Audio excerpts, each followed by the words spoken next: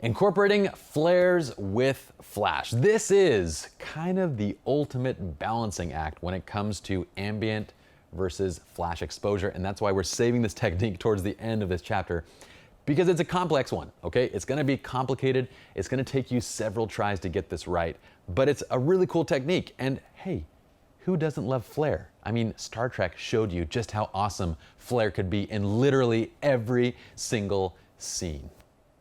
And it was awesome. I was thinking more flare bell at the end of that. Kind of like more cowbell, but more flare bell. Okay, so let's talk about the scene. We're out with Yvette in the desert again, and what we're trying to do, what we're trying to achieve here is having her back towards the sun and going for this light and airy look where we have this flare kind of blooming into the camera that kind of makes her and her face a little bit less of a priority compared to the dress and compared to the necklace and everything else in the scene. So, easy enough to kind of envision, not very easy to pull off. So let's talk about the composition and the attributes for this particular shot. Now again, our desired background is the sand dunes, and we want this sun flare to kind of bleed in from the background and kind of wash out Yvette's face a little bit so that the final image becomes this very light and airy kind of image where we can see Yvette's face, but it draws attention away from the face and kind of into the dress a little bit. So our focus, the contrast, is the necklace and the dress and so forth. So that's the final result, and it sounds easy enough to envision, like the envisioning of it is like, oh, that's easy to do. But then when you start doing it, you're like, man, this is kind of complicated. Why? Because it becomes a balancing act between having just enough flare versus just enough flash versus just the right ambient exposure and so forth. So when it comes to our composition attributes, we're going to be using the aperture to control not only exposure, but then also the amount of flare and the shape of the flare. So what you'll notice is when you're using your aperture to shoot images with flare, a wide open aperture creates a blooming effect where basically the flare just spills and bleeds and it doesn't really have a refined shape to it. When you start closing the aperture down, the flare gets more circular and it becomes a smaller effect and a smaller effect over the image.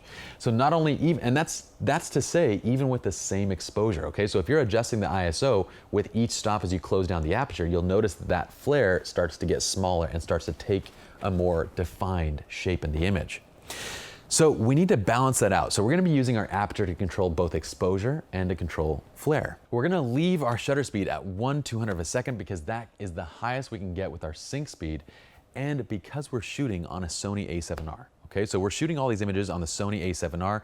We also had the 85mm 1.4 Zeiss lens. That's an amazing lens that we had on loan from B&H.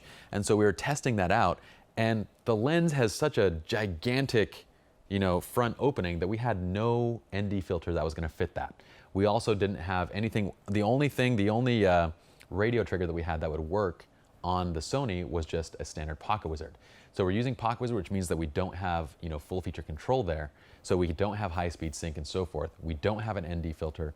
So we need to keep our shutter speed at 1/200 of a second. We need to use ISO of 50 to control the exposure again, and then use the aperture. We're varying the aperture now to get to the right balance of flash to ambient light exposure to flare exposure.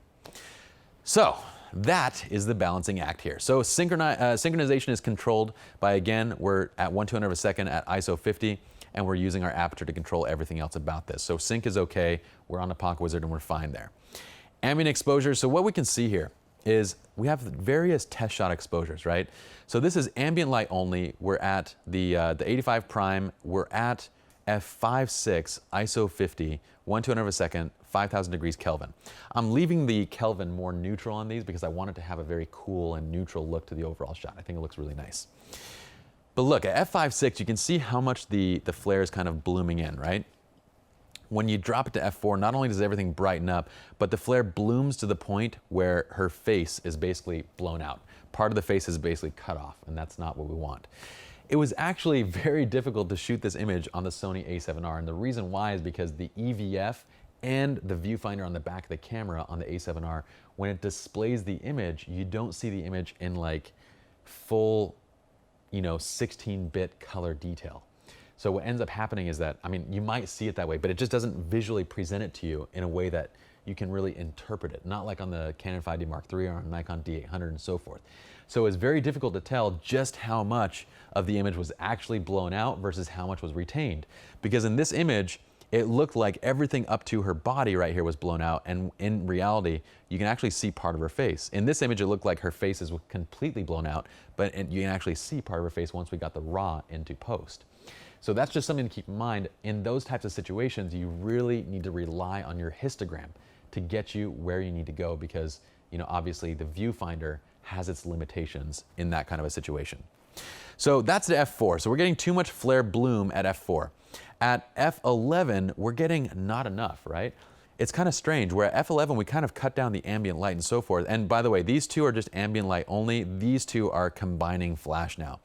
So this, we have the ProPhoto VB22. It's firing at around 1/2 to full power with 2 VB22s on the ProPhoto, oh no, sorry, this is on the RapidBox Octa actually with the diffuser. Okay, so we're holding it very, very close to her, and so we actually have only 1 Bolt VB22. I misspoke on this one. So it's 1 Bolt VB22 at probably around full power. So it's roughly 250 watt seconds of power, or 300 watt seconds, the same as a ProPhoto B2, just directly over her. While we have a good exposure for her in this shot, what we end up seeing is that the flare looks more like a mistake than something intentional. It's not strong enough to look intentional, but it still has this kind of wash over the image that doesn't look necessarily good. It doesn't look like it's supposed to be there. It just looks like a mistake. So at f11, we're not getting enough flare. So we back it off to f7.1. So now we allow the background to go a little bit brighter. We have this beautiful flare coming in. We can see just enough detail in her face. We're firing now at roughly, so this is probably 1/1 power in this kind of shot. Again, it's going to depend on the distance to the subject. The closer you are, you might drop it to 1/2. Further, you might be at 1/1. Here we drop it by about a stop because we're bringing the aperture down by about a stop, okay? Maybe a little bit more. So now we get a nice bright exposure on her. We can see that flare coming in, and we get a good balance overall. So this is kind of that ideal shot, but it took us like 4 or 5 attempts to get here, because we had to just balance everything out. Now, what's the difference now between these two? Okay, roughly the same amount of flare. This one has a little bit, this one, the flare is slightly different in each of these, but this one does not have any flash added, whereas this one does. So what we end up seeing here is that we've added light direction to the image, because up here the image looks very flat, right? We've added that light direction to it, and it lets her pop and stand out on the image, and we get much more detail and definition in her dress, her necklace, and everything. And we have the flare on top of that. So yes, this is a cool image if you were to shoot it with just ambient light only, but the problem is that, it just doesn't have that extra oomph, that extra kind of, that added feel to it as we would have with that additional light. All right, so that's how we have to get there. Now for these, you're gonna be essentially testing and analyzing every single shot. So after each shot, you're gonna probably do like 5, 6 test shots until you get to where you need to be. Now, once you are where you need to be, then you're gonna basically get her into a right pose, get your subject into the right pose, and shoot and just analyze the details from shot to shot. You're gonna have to vary the angle of the camera with that flare to kind of get the right amount of bleed with every one of these shots. And that's gonna mean that with every shot and every frame that you're taking, you're doing a little bit of analysis, making sure that you have the right amount of flare to the right amount of flash exposure to the right ambient light exposure, okay? So, key techniques here to combine those two. And by the way, here's the final image. All we've done is we've taken this image, we refined a little bit of the color on the skin tone, just so we have a little bit more clean skin tones. Just a little bit of Photoshop just to clean up color. Really, that's all that was necessary for that image.